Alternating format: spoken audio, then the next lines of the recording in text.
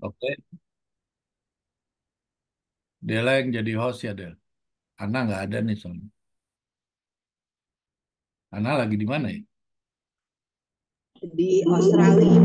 Ella. Ana di Australia. Ayo, silakan, Del.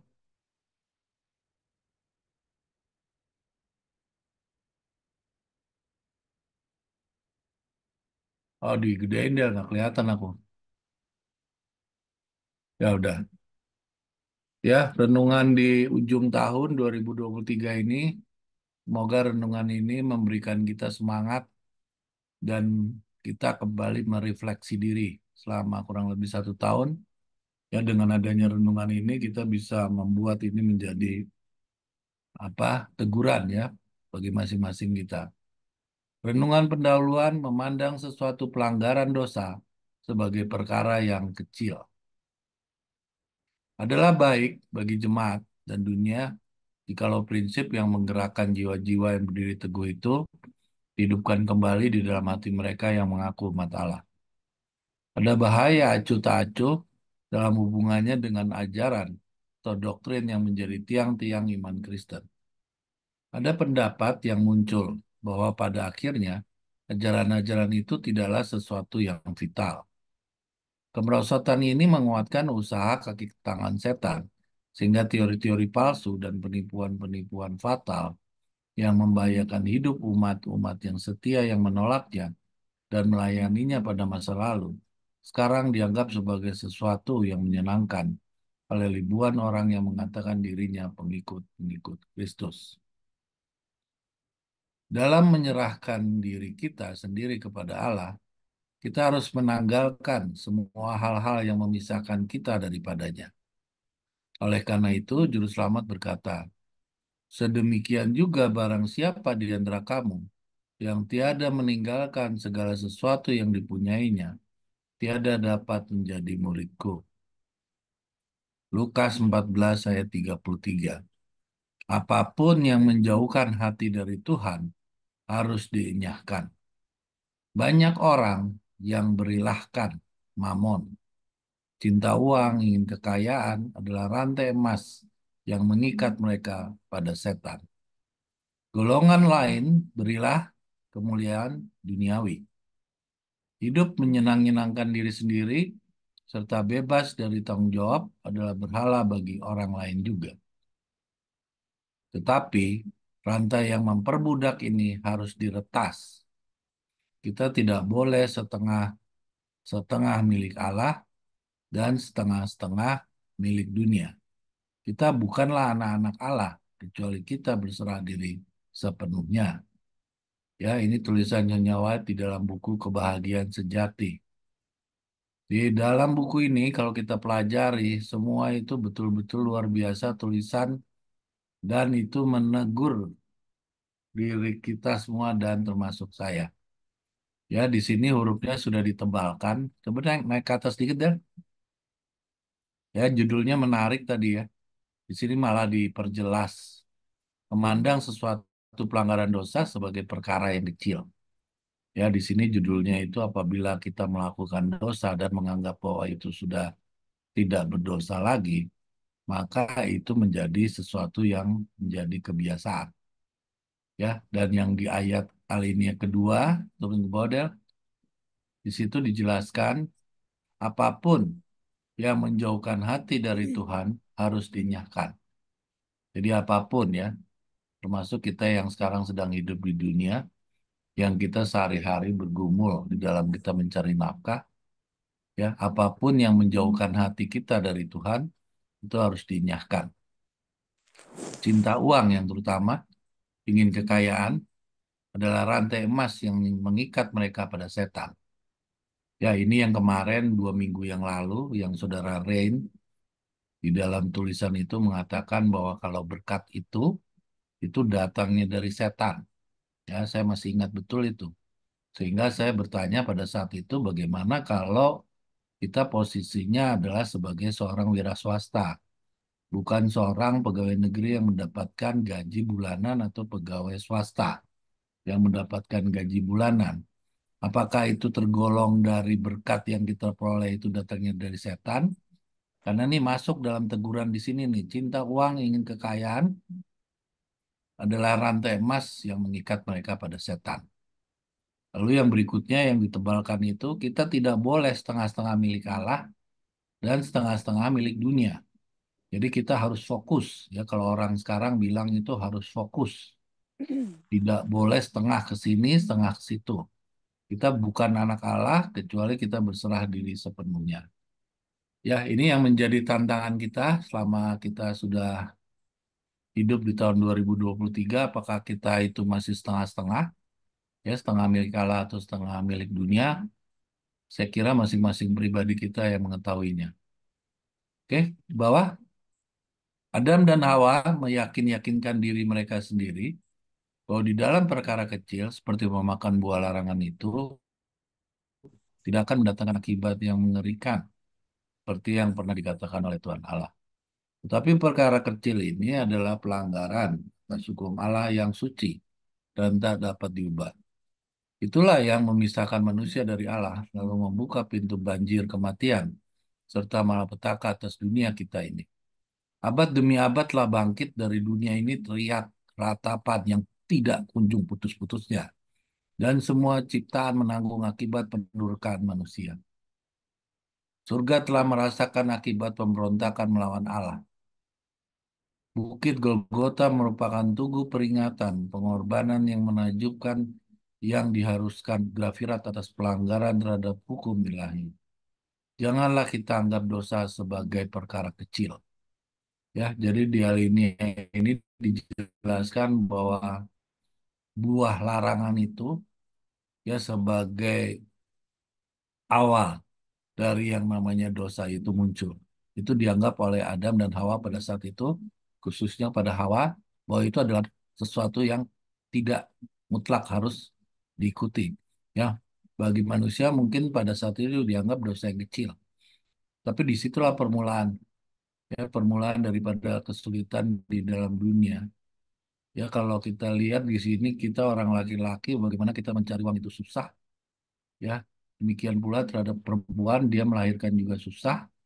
Dan berkat itu bagi gilir yang keempat, tapi kutuk juga bagi gilir yang keempat, penyakit itu juga bagi gilir yang keempat bisa kena. Jadi semua itu adalah bagian dari permulaan makan buah larangan yang di Taman Eden. Waspadalah terhadap penunda-tundaan. Jangan lengah membuangkan dosa-dosamu, serta mencari kesucian hati melalui Kristus. Di dalam hal seperti inilah ribuan orang yang telah tersesat dan menemui kebinasaannya untuk selama-lamanya. Saya tidak akan tunjukkan di sini singkat dan tiadanya ketentuan hidup itu. Tapi ada satu bahaya yang mengerikan. Satu bahaya yang tidak begitu dipahami. Menunda-nunda menyerah pada bisikan suara roh Allah. Memilih hidup di dalam dosa. Begini penundaan yang sebenarnya. Dosa, betapa kecil pun anggapan atasnya, jikalau selalu dilakukan, akhirnya akan membinasakan jiwa. Apa yang belum kita taklukkan akan menaklukkan kita dan akan mendatangkan kebinasaan atas diri kita. Kembali ditulis di buku Kebahagiaan Sejati. Oke, di bawah ada lagi deh.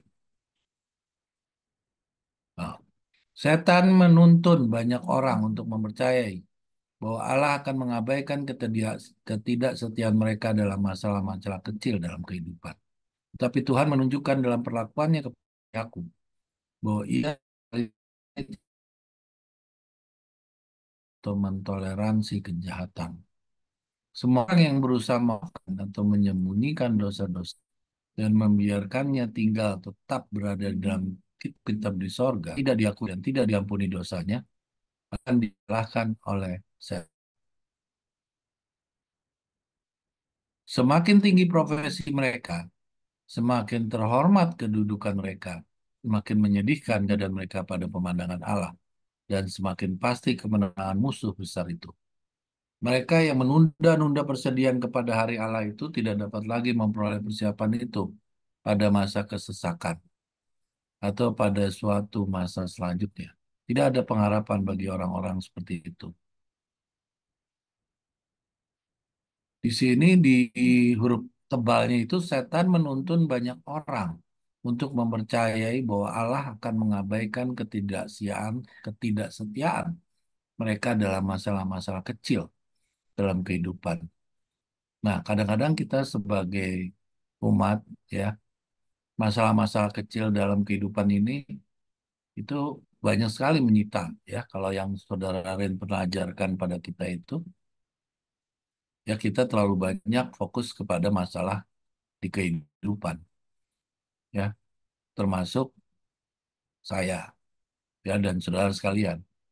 Ya, kadang-kadang untuk pribadi saya, apabila saya sudah dihadapkan sebuah pilihan, ya masalah kecil dengan masalah keagamaan, kadang-kadang saya lebih memilih masalah kecil.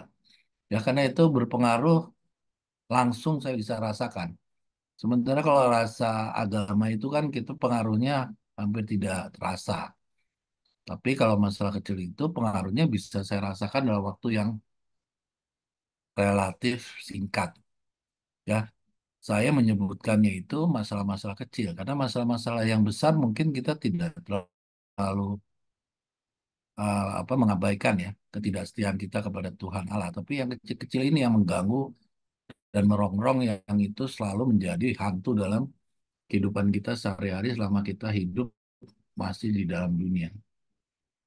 Saya kira itu yang bisa saya jelaskan di dalam huruf yang tebal itu, tapi saya yakin dan percaya bahwa kita semua punya persoalan terhadap masalah-masalah kecil dalam kehidupan kita ini. Ya, saya tidak berhak untuk menghakimi saudara-saudara sekalian, tetapi bacaan ini adalah bagian daripada perenungan kita di akhir tahun.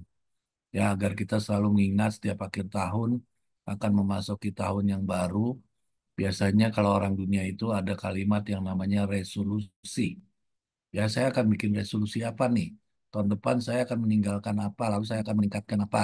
Nah, inilah bagian dari bacaan renungan doa ini sebagai penguatan ya kepada diri kita sendiri bahwa hati-hati kita masalah-masalah kecil itu dapat menyita kita menjadi yang tadi setengah kepada Tuhan, setengah juga kepada duniawi. Turun ke bawah, keistimewaan bangsa Israel membuat mereka terlena. Nah, kita tahu ya bangsa Israel itu adalah bangsa yang mengaku dulu the God chosen people. Ya, ini mereka itu akibat dari terenanya kita bisa lihat dalam sejarah maka tidak ada satupun yang mereka bisa masuk ke dalam Kanaan. Pada suatu bangsa yang di dalam hatinya hukumnya tertulis, kasih sayang Allah dipastikan. Mereka satu dengan Dia, tetapi orang-orang Yahudi telah memisahkan diri dari Allah karena dosa mereka menderita di bawah hukumnya. Inilah yang menyebabkan perambahan mereka kepada bangsa kafir. Pikiran mereka sudah digelapkan oleh pelanggaran. Dan oleh sebab pada waktu yang lalu Tuhan telah memberikan kepada mereka kasih sayang yang begitu besar. Mereka memaafkan segala dosa mereka. Mereka memuji-muji diri dengan mengatakan bahwa mereka lebih baik daripada orang lain dan berhak mendapat berkat-berkatnya. Hal ini dituliskan untuk menjadi peringatan bagi kita yang hidup pada waktu di mana zaman akhir telah tiba. Betapa sering kita salah menafsirkan berkat-berkat Allah serta memuji diri kita sendiri bahwa kita beroleh kasih sayang karena sesuatu kebaikan yang ada dalam diri kita. Allah tidak dapat melakukan bagi kita apa yang ingin dilakukan. Segala karunia-Nya telah digunakan untuk memperbesar kepuasan diri kita sendiri, serta untuk menggeraskan hati kita dalam keadaan kurang percaya dan dosa. Dan lagi kata Nabi itu, kapak sudah tersedia pada akar pohon, dan setiap pohon yang tidak menghasilkan buah yang baik, pasti ditebang dan dibuang ke dalam api. Bukan oleh namanya, melainkan oleh buahnya. Nilai sesuatu pohon ditentukan. Kalau buahnya tidak berguna, maka namanya tidak dapat menyelamatkan pohon itu dari kebinasaan. Yohanes menegaskan kepada orang Yahudi bahwa kedudukan mereka di hadapan Allah harus ditentukan oleh tabiat serta kehidupan mereka. Pengakuan tidak berguna kalau kehidupan dan tabiat mereka tidak sesuai dengan hukum Allah. Mereka itu bukanlah umatnya. Semua orang yang menjadi rakyat kerajaan Kristus, katanya, akan membuktikan adanya iman dan pertobatan. Kebaikan hati, kejujuran, dan kesetiaan akan tampak dalam kehidupan mereka. Mereka akan menolong fakir miskin dan membawa persembahan mereka kepada Allah.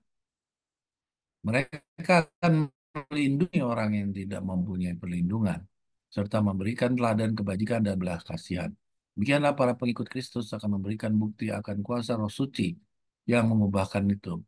Dalam kehidupan sehari-hari, keadilan, kemurahan, dan kasih Allah akan kelihatan. Jika tidak demikian, maka mereka adalah seperti sekam yang dicampakkan ke dalam api. Nah, khususnya untuk alinea yang terakhir ini, kita perlu pendengaran langsung dari Saudara Rain, karena ini agak membingungkan saya. Khususnya di dalam ada tulisan, kebaikan hati, kejujuran, dan kesetiaan akan tampak dalam kehidupan kita semua. Dan di sini dikatakan kita harus menolong orang fakir miskin dan membawa persembahan mereka kepada Allah. Dan seterusnya. Ya, itu maksudnya seperti apa? Lalu demikianlah para pengikut Kristus akan memberikan bukti akan kuasa Roh Suci yang mengubahkan itu dalam kehidupan sehari-hari, keadilan, kemurahan, dan kasih Allah akan kelihatan. Jika tidak demikian, maka mereka adalah seperti sekam yang dicampakkan ke dalam api. Ya, ini mungkin saya tidak bisa menjelaskannya, perlu dibantu oleh Saudara Rain.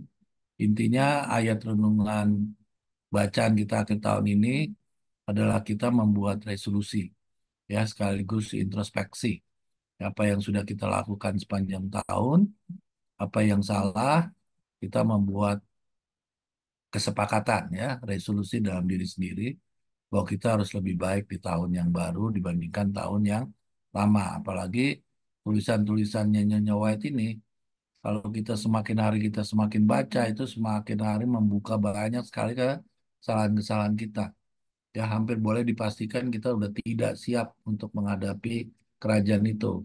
Karena tidak ada satupun yang di mata tulisan itu yang kitanya merasakan bahwa kita benar. Ya, kalau saya pribadi saya baca itu, wah udah semuanya saya amburadul aja lah, udah istilahnya nggak cocok lah, udah masuk di 144.000 karena tidak ada satupun yang memenuhi syarat sesuai dengan tulisan gitu ya. Tapi mudah-mudahan apa yang kita baca ini selalu membuat kita selalu ingat, ya, jangan sampai kita lupa bahwa apa yang sudah kita lakukan itu adalah perbuatan dosa. Terima kasih, Saudara Ren. Saya kembalikan buat Saudara Ren. Ya. Terima kasih Saudara Victor. Saudara-saudara sekalian, Dela boleh naik ke atas. Saudara-saudara sekalian, seperti yang tadi Victor sudah sampaikan, kita sekarang berada di penghujung tahun 2020. Jadi artinya kita telah tepat kurang lebih 3 tahun mengikuti pembelajaran Zoom.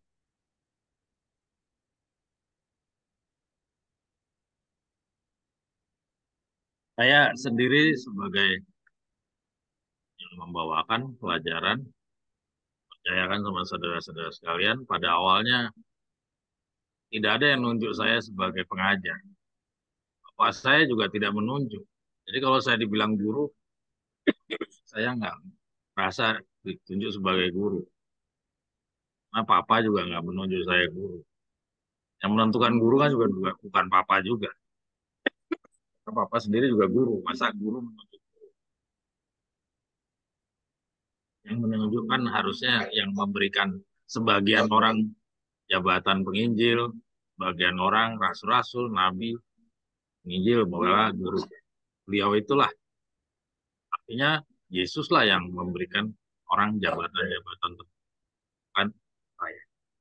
Ya. Jadi kalau saudara mau men-challenge, silahkan. Saya dari dulu berikan tawaran kepada teman-teman, kalau ada yang mau men-challenge, silahkan. Kebetulan karena saya khawatir dengan challenge, tantangan, maka saya cara belajar saya adalah saya tampilkan semuanya tulisan ini. Mungkin saudara-saudara ada yang sudah lihat banyak yang keluar dari belajar bersama kita. Mungkin karena kelelahan, karena ikut harus baca, harus baca. Banyak juga orang yang seneng kayak di gereja, mereka merem sampai selesai pendetanya bicara, baru pulang, berdiri, berdoa, kumpulin kolekte, enak dia pulang. Sedangkan kalau kita belajar di sini, kita harus baca semuanya, harus pegang handphone, lihat itu kata-katanya, ya. Untung saya tidak menerapkan seperti kayak di kantor atau di sekolah. Sekali-sekali guru langsung nembak. Coba yang duduk 2 baris dari belakang, coba bisa dijelaskan apa yang saya jelaskan? Nah, untung saya tidak menerapkan begitu. Kalau saya menerapkan begitu, seperti yang istri saya suka bilang, itu orang akan hilang semua, nggak ada yang mau belajar kalau misalkan saya terapkan begitu. Dengan kondisi yang saya tidak terapkan begitu saja, saudara sudah lihat banyak dari antara yang ikut belajar hilang, kocar-kacir satu persatu menghilang, bergabung kepada kelompok-kelompok yang lain. Saya nggak paham apakah metode saya yang salah ataukah roh yang tidak sama dengan kita. Mudah-mudahan ya karena roh yang tidak sama. Tapi kalau hanya karena metode saya yang tidak diterima, ya alangkah sayangnya kalau tidak di-challenge, tidak ditantang. Padahal saya siap untuk ditantang. Karena pada dasarnya yang ditantang itu bukan saya. Yang ditantang adalah tulisan. Oke, itu kita coba mereview 2023. Dan saudara-saudara sekalian, ini senyambung dengan apa yang saudara Victor katakan. Apa yang kita pelajari ini, memang kita sedang membicarakan tentang pembangunan moral. Pada kesempatan ini, di ujung 2023, memang lebih banyak saya mengajak saudara untuk mereview tentang pembangunan moral. Karena kita tahu, ya, ada di dalam salah satu buku amaran sekarang, jadi saya lupa jadi berapa, tapi ada gambar tentang profil umat Allah. Ya, kita udah sering waktu dulu kita tampilkan gambar profil umat Allah. Profil umat Allah yaitu di masa lalu adalah sejarah, di masa sekarang itu adalah syariat-syariat, ya peraturan-peraturan, kaidah-kaidah. Terus di depan itu adalah hal-hal yang akan datang. Mungkin saudara masih ingat gambar itu, ya. Nah, kita sekarang mempunyai dua, yaitu syariat-syariat atau kaidah-kaidah yang berkaitan dengan pembangunan moral dan hal-hal yang akan datang. Hal-hal yang akan datang itu menuntut kepada kita untuk kita mau memahami, mengerti, ya, mau meninggalkan semua yang kita dulu pahami. Ketika gulungan kebenaran berkembang, kita tinggalkan, kita ikuti di dalam perkembangan kebenaran. Itu yang dituntut dari hal-hal yang akan datang, yaitu kesediaan kita untuk menerima sesuatu kebenaran yang berkembang. Atau dengan kata lain, itu adalah sebuah pengetahuan, pegangan untuk kita bisa dituntun pada sisa perjalanan. Ya. Nah, sedangkan syariat-syariat ini harus dilaksanakan. Jadi berbeda dengan yang hal-hal yang akan datang. Kalau hal-hal yang akan datang membutuhkan kerendahan hati, untuk rela meninggalkan pengertian-pengertian yang lama, ya, menerima sesuatu pemahaman yang baru yang berkaitan dengan perjalanan ke depan, ya. Tapi tidak ada tuntutan untuk perubahan di dalam diri. Sedangkan perubahan di dalam diri, praktek beragama, karakter pribadi, kesukaan, cita-cita, harapan, mimpi, ya, kebiasaan praktek hidup, itu semua dituntut di dalam syariat-syariat atau praktek-praktek beragama. Ya. Nah, ini yang tadi yang Victor sudah katakan bahwa kita sekarang lagi berbicara. Dan inilah di akhir 2023 kita coba merenungkan dari apa yang barusan kita baca dalam. Nah, saya di sini coba tampilkan, saya dengan Victor coba tampilkan ada dua cerita, ya, dua poin dari sekian banyak poin yang penting. Saya coba meresume, ya, dua hal ini menjadi sesuatu yang cukup krusial, karena nanti yang lain-lainnya itu berkembang dari hal yang seperti ini. Ya, yang pertama adalah memandang sesuatu pelanggaran dosa itu sesuatu yang kecil. Ya. Cuman begini saja. Cuman begitu saja. Gak terlalu masalah. Saya yakin Tuhan memaklumi. Namanya juga manusia berdosa. Kalau kita di dalam masyarakat umum, sering sekali kita mendengar kata-kata, tidak ada satu manusia pun yang luput dari dosa. Jadi karena bersandar kepada kata-kata itu, banyak orang memaklumi kalau ada sebuah kesalahan-kesalahan. Ya apa hanya Allah saja yang paling sempurna. Manusia adalah manusia penuh dengan dosa, itu sering kita dengar di masyarakat. Ya, nah ini yang bagian yang pertama. Ya, terus di bagian yang kedua, tadi apa itu Del? Judulnya Del? Aku agak lupa. Boleh Del geser? Keistimewaan bangsa Israel membuat mereka terlena. Ya ini tadi yang Victor sudah sampaikan. Kenapa kok ini menjadi sesuatu yang cukup krusial untuk di akhir tahun ini kita renungkan?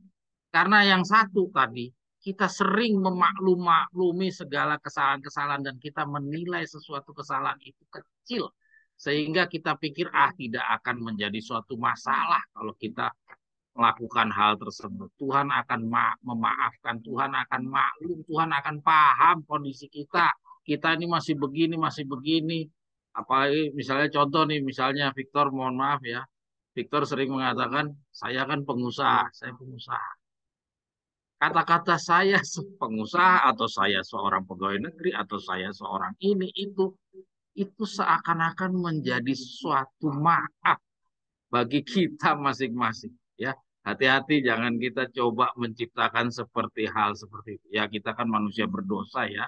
Jadi kita, nah, itu sebuah pembukaan kata-kata untuk memaklumi sesuatu pelanggaran.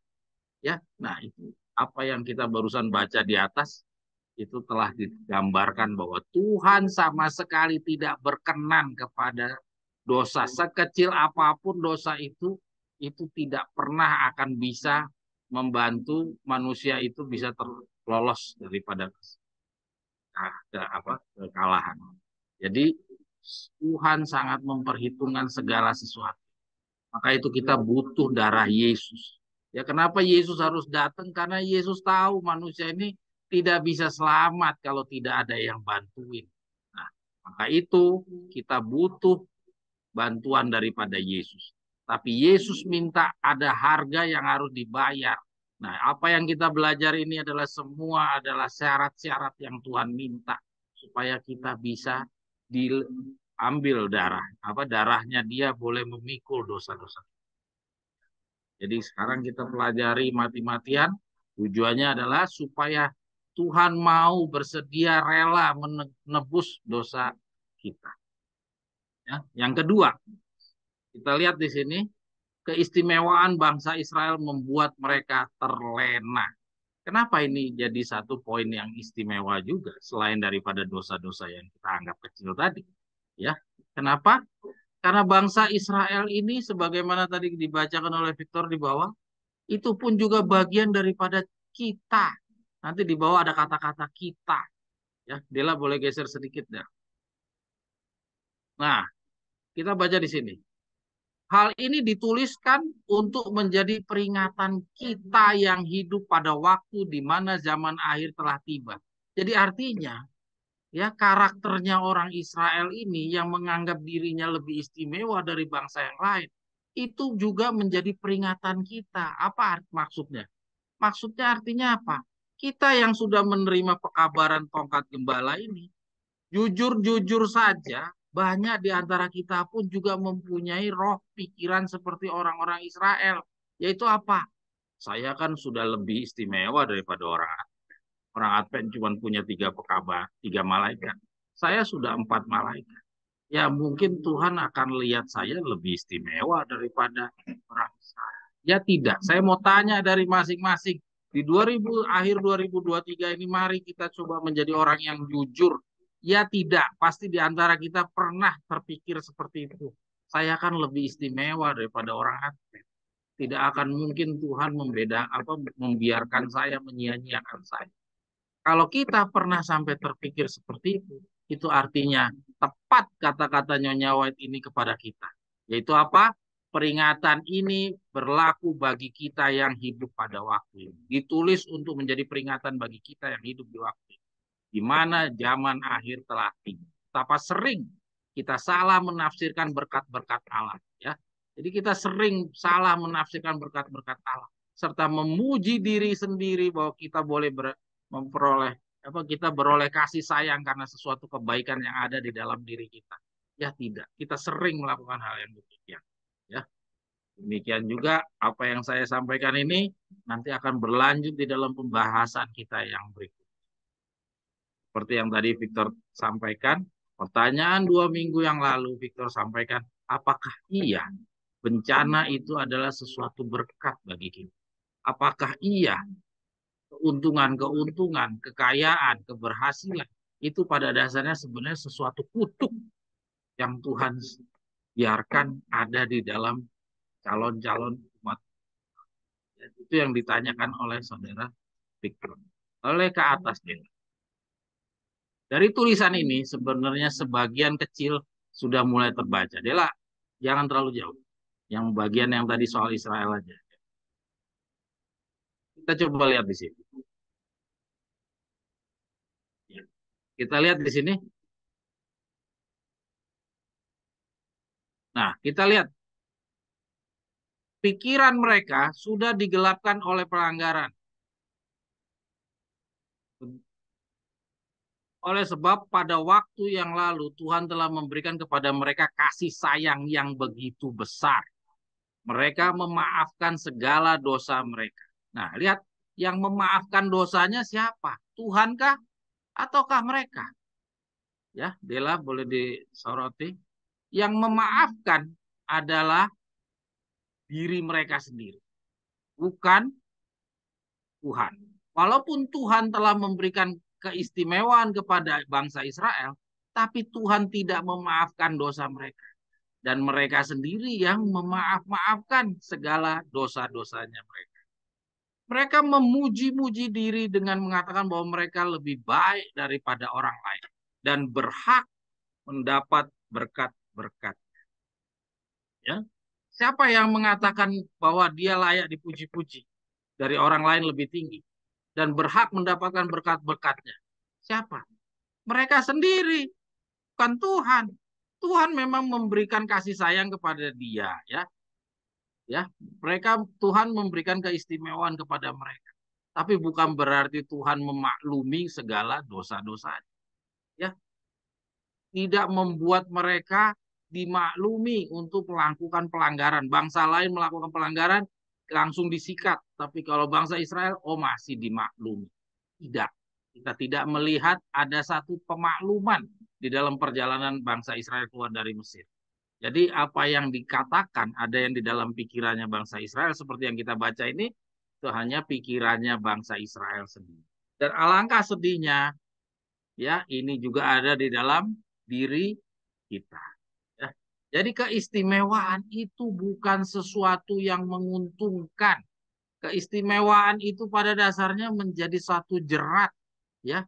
Keistimewaan yang Tuhan buat kepada bangsa Israel dan Israel ini sadar bahwa dirinya diistimewakan, itu menjadikan dia jadi suatu pelanggaran hukum. Jadi sarana dia menjadi besar kepala sehingga itu menjadi sesuatu bumerang bagi bangsa Israel. Ini sedikit bisa memberikan jawaban kepada pertanyaan saudara Victor. Jadi keuntungan bukan sesuatu berkat. Keuntungan itu bisa menjadi sesuatu kutuk bagi bangsa yang tidak memahami menggunakan keistimewaan tersebut. Dalam hal ini bangsa Israel tidak memahami bagaimana menggunakan keistimewaan yang Tuhan sudah berikan. Jadi keistimewaannya itu malah bagi mereka menjadi suatu bencana karena mereka terlena. Ya, mereka terlena memaafkan dosanya sendiri padahal Tuhan tidak memaafkan. Mereka memaafkan sendiri dosanya. Mereka merasa dirinya dimaklumi, mereka dibedakan dari bangsa Israel, bangsa-bangsa sekitar sehingga dia boleh melakukan segala sesuatu keinginannya sendiri. Itu pemahaman-pemahaman mereka. Jadi ingat, keistimewaan itu tidak selalu membuat seseorang menjadi lebih baik. Kayak anak yang diistimewakan orang tuanya. Belum tentu anak yang diistimewakan orang tuanya itu akan membawa berkat bagi anak itu. Bisa saja anak yang dimanja orang tuanya itu akan menjadi satu bumerang bagi dia untuk tidak lebih baik daripada anak-anak yang ditolak. Itu fakta di dalam kehidupan.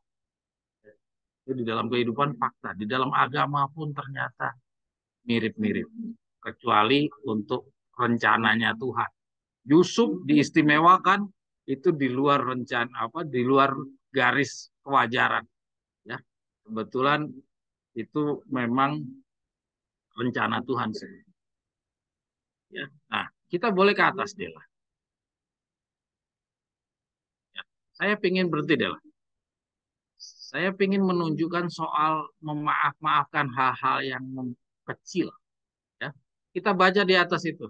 Setan menuntun banyak orang untuk mempercayai bahwa Allah akan mengabaikan ketidaksetiaan mereka dalam masalah-masalah kecil.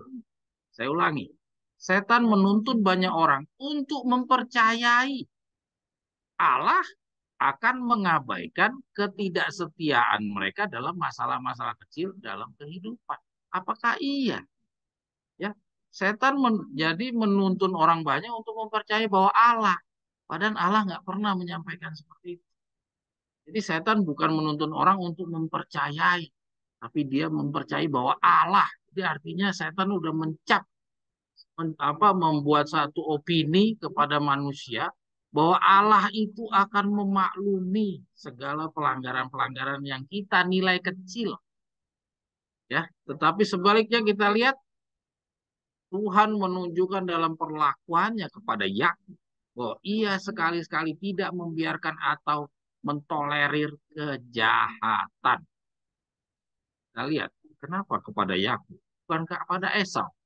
Padahal kalau kita ikuti sebenarnya Esau dahulu yang memandang menukar hak kesulungan dengan kacang merah itu masalah kecil.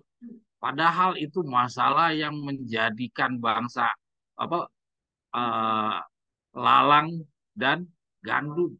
Jadi tidak sesuatu hal yang sederhana.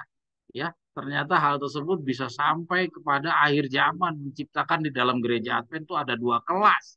Itu adalah akibat daripada siapa? Akibat daripada sesuatu yang diremehkan oleh si Esau. Demikian juga orang-orang Advent sekarang sebagai contoh saingan daripada. Lalu yang dibilang Tuhan itu tidak sama sekali membiarkan atau mentolerir sesuatu kesalahan yang dilakukan oleh Yakub, itu yang bagaimana? Nanti kita akan pelajari di dalam pembacaan. Mudah-mudahan waktunya cukup ya. Oke, kita oh ya, yang berikutnya ini, satu lagi hal yang penting yang juga kita harus ingat di dalam tulisan ini adalah semakin tinggi profesi mereka, semakin terhormat. Dela boleh disorot, Del? Semakin tinggi profesi mereka, semakin terhormat kedudukan mereka, semakin menyedihkan keadaan mereka pada pemandangan Allah, dan semakin pasti kemenangan musuh besar itu. Coba ada yang bisa membahas ini tidak? Kalau kita kaitkan dengan cerita Israel di bawah, kita akan bisa dapat jawaban. Ya. Kenapa orang yang mempunyai profesi yang tinggi, kenapa orang yang terhormat dikatakan lebih menyedihkan, semakin menyedihkan keadaan mereka pada pemandangan Allah, dan semakin mudah dimenangkan oleh setan. Kenapa? Karena orang-orang yang posisinya tinggi dan terhormat cenderung adalah apa? Orang-orang yang tinggi hati. Sedangkan kita sudah sama-sama belajar untuk pindah dari 3,5 tahun ke 40 hari, orang itu harus rendah hati. Nah, kalau orang-orang yang posisinya tinggi seperti itu dan terhormat, bagi pemandangan Allah itu sangat menyedihkan. Kenapa? Karena orang-orang ini akan menjaga kedudukannya. Karena kedudukannya itu akan mengganggu kerendahan hatinya dia. Ya, akan banyak tawar-tawar, banyak alasan segala macam akan menjadi penghalang dia untuk menerima tuntutan-tuntutan Tuhan. Ya. Jadi akan membuat semakin mudah ya, kemenangan musuh bagi orang-orang seperti itu. Jadi ingat, keistimewaan bangsa Israel itu membuat mereka terlena. Demikian juga orang-orang yang mempunyai posisi yang tinggi, yang terhormat, ya terhormat dari kedudukan, terhormat karena kekayaan, cenderung itu akan menjadi penghalang, menjadi berhala, menjadi batu sandungan bagi orang-orang yang tidak memahami bagaimana memanfaatkan. Dan cenderung orang yang berada di akhir zaman ini, kita adalah contoh-contoh dari Petrus, kita contoh-contoh dari Yakub, kita contoh-contoh dari Lot, kita bukan contoh dari Abraham yang mentalnya kuat dikasih kekayaan. Kita bukan contoh dari Ayub, kita contoh dari Lot, ya. Kita contoh dari siapa lagi? Ya, Daud yang kalau dikasih kekayaan dia lupa, ya. Salomo juga demikian, ketika dia dikasih kekayaan berlimpah-limpah, terus dia punya istri, dia ikutlah dengan istrinya yang kafir. Jadi kita ingat, segala kesuksesan, segala keberhasilan, segala kelimpahan, bagi kita yang di akhir zaman, yang merupakan contoh saingan dari bangsa Israel, bukan contoh saingan dari Abraham, bukan contoh saingan dari Lot, bukan contoh saingan dari Yusuf. Segala kelebihan-kelebihan kita di atas rata-rata itu, hati-hati, itu bisa menjadi bencana bagi kita. Oke, nanti kita akan baca yang tertulis. Kalau tadi itu adalah penyimpulan kita dari pengalaman-pengalaman umat Allah.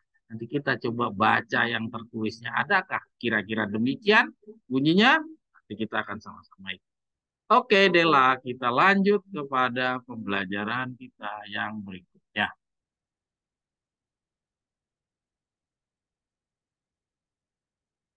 Saudara-saudara sekalian, ini pada kesempatan ini agak sedikit berbeda. Saya coba mau menampilkan bacaan-bacaan yang kita posting di dalam grup Nubuatan Berbicara. Mungkin sebagian dari teman-teman yang ada di dalam grup Nubuatan Berbicara mungkin sudah pernah baca, tapi ada juga yang tidak ikut di dalam grup. Mungkin ada baiknya kita coba sama-sama ikuti, karena ada menarik informasi-informasi atau ada eh, makna-makna yang menarik dari apa yang diposting oleh saudara-saudara sekalian ini. Saya coba menampilkan, kalau tidak salah ini hampir semuanya saya tampilkan dalam 2 minggu. Agak panjang nih, ada 6 lembar. Ya. Mudah-mudahan waktu cukup, kita coba baca sama-sama. Ya, ini secara umum dalam 2 minggu terakhir ini kita semuanya memasukkan beberapa tulisan-tulisan terkait dengan kewajiban, pencobaan, dan ujian umat Allah. Ya. Saya ulangi, kewajiban. Kewajiban siapa? Yaitu otomatis kewajibannya kita sebagai umat Allah. Pencobaan. Pencobaan dari siapa? Ya, pencobaan yang datang dari setan dan ujian-ujian umat Allah. Dan ujian-ujian ini kita sudah tahu, kita sama-sama paham, Tuhan tidak pernah mencobai katanya. Ya.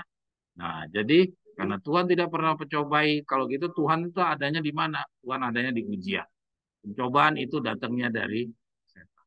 Ya. Kita lihat ada kewajiban, ada pencobaan dan ujian. Tidak ada hak yang saya sebutkan di sini. Ya. Oke, mari kita lanjut. Pencobaan yang paling berat tidak bisa menjadi satu maaf buat berdosa. Ya. Ini kita coba lihat.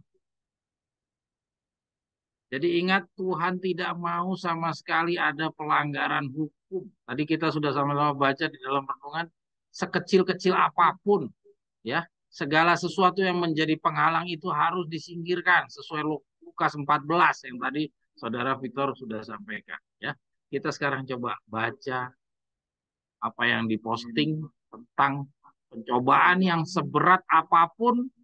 Kita tidak boleh menjadikan satu maaf. Tuhan, saya nggak mampu, Tuhan, saya kan nggak kuat, saya udah tua, saya begini, saya begitu. Tapi ketika ada cobaan itu, Tuhan, saya nggak kuat. Kira-kira bagaimana? Tuhan mau memaafkan atau tidak? Ya, mari kita lanjut.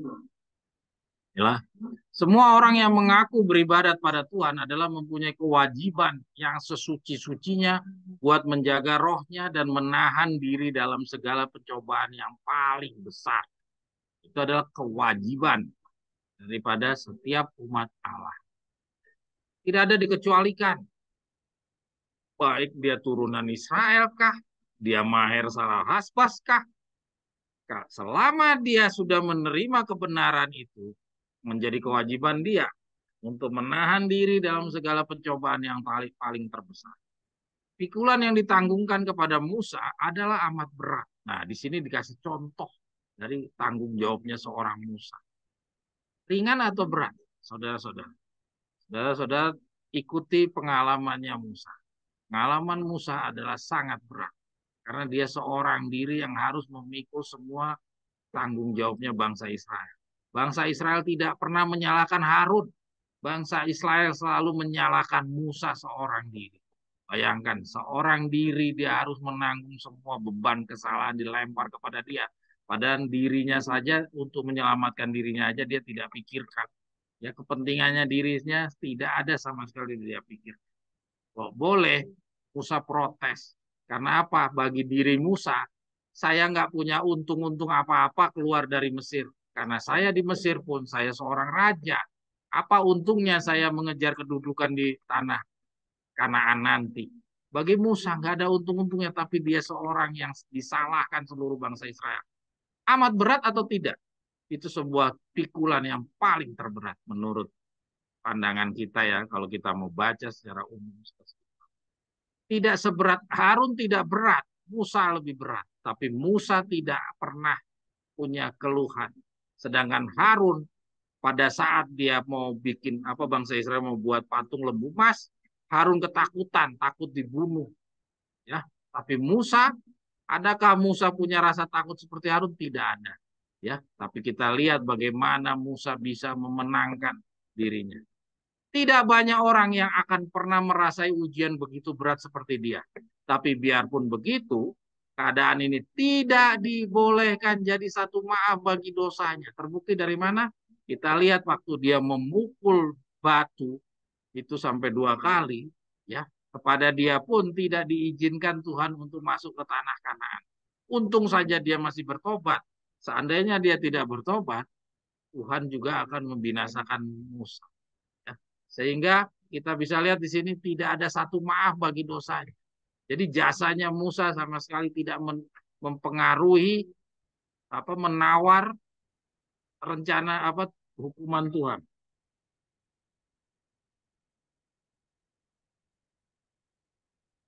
Ya,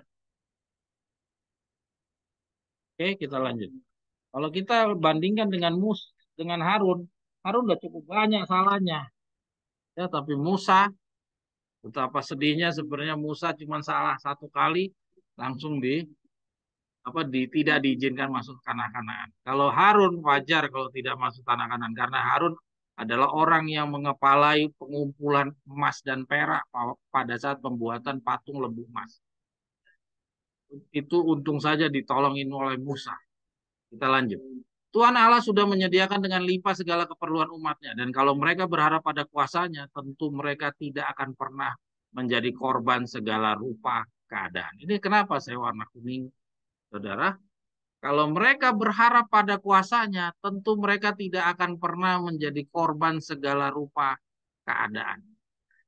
Musa sudah berharap kepada Tuhan, kenapa dia tetap jadi korban?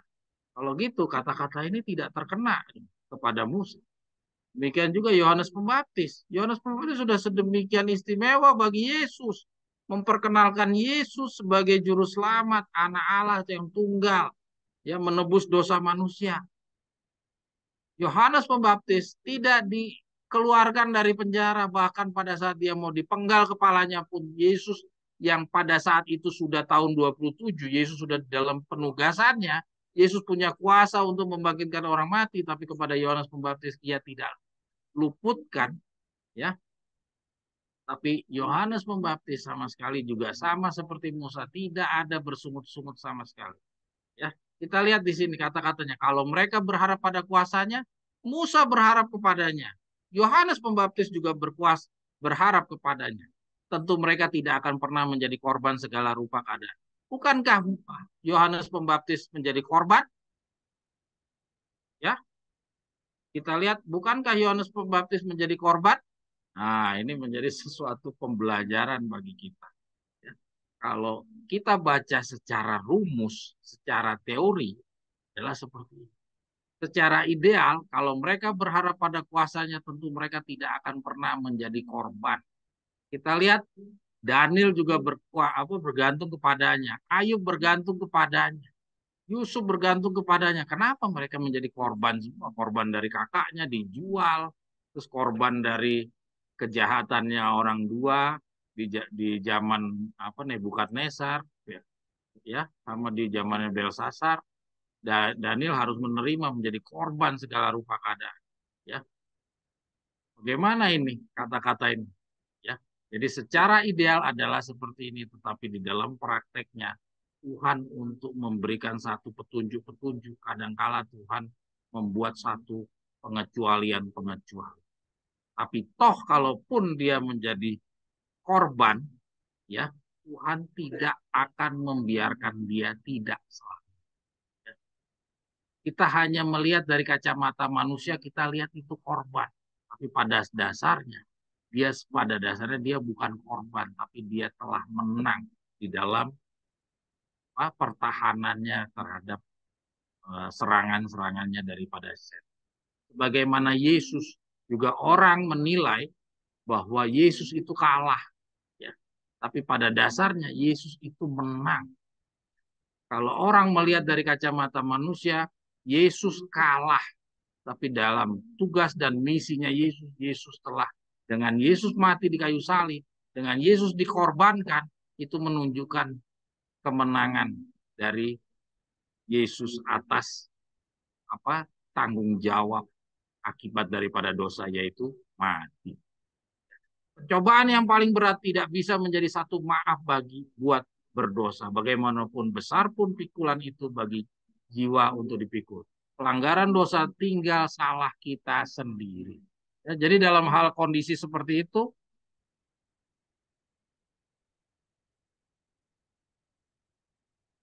jadi kalau lihat dari kondisi tersebut, kita lihat tidak ada sama sekali kita diizinkan untuk berdosa.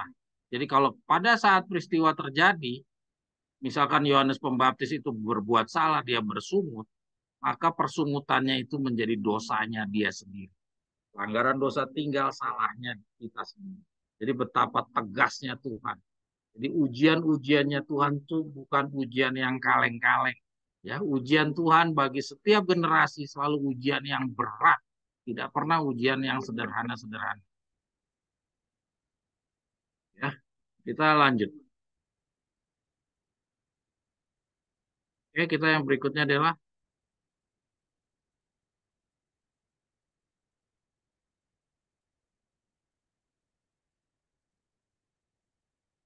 nah ini kita lihat yang berikutnya ini postingan tulisannya Tuhan akan bangkit berdiri dan mengejutkan. Marilah kita mencari Tuhan selagi boleh mendapatkan Dia.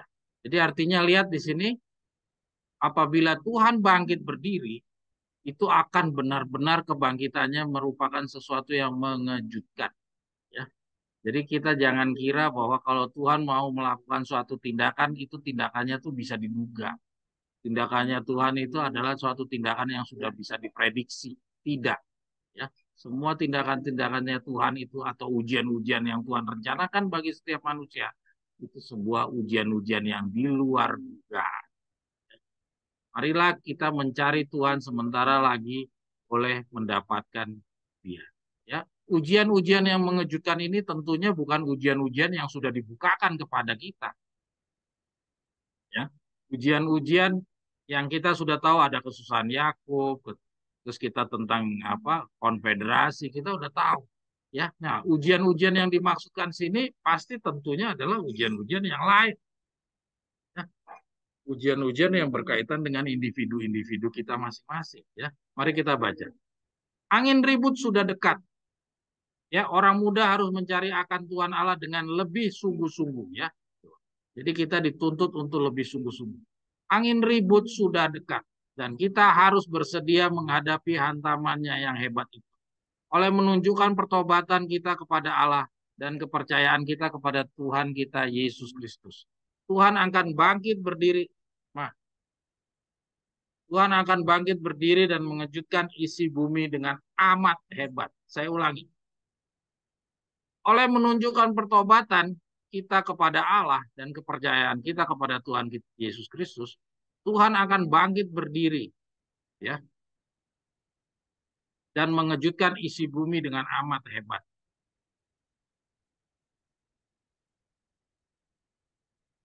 Kita lihat di sini, saudara-saudara, Tuhan akan bangkit berdiri dan mengejutkan isi bumi dengan amat hebat. Apa kejutan yang Tuhan akan buat? Kita baca di sini, kita akan melihat banyak kesusahan dari segala pihak.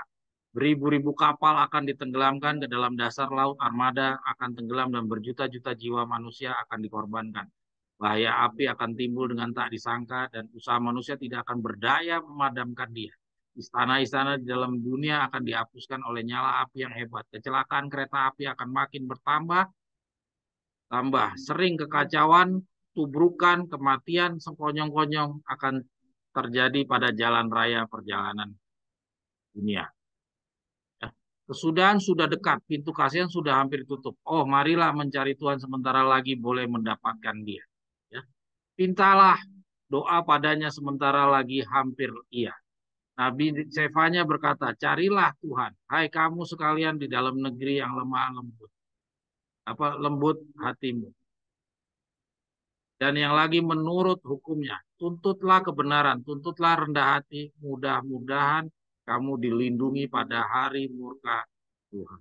Ya, saudara-saudara lihat, kalau kita lihat di sini, ini ingat ini Ellen G. White yang menyampaikannya. Jadi kita harus paham bahwa Ellen G. White itu tidak bisa membedakan antara kesusahan Yakub dan kesusahan besar. Kita bisa lihat dari mana? Kita lihat di atas. Dela geser ke atas.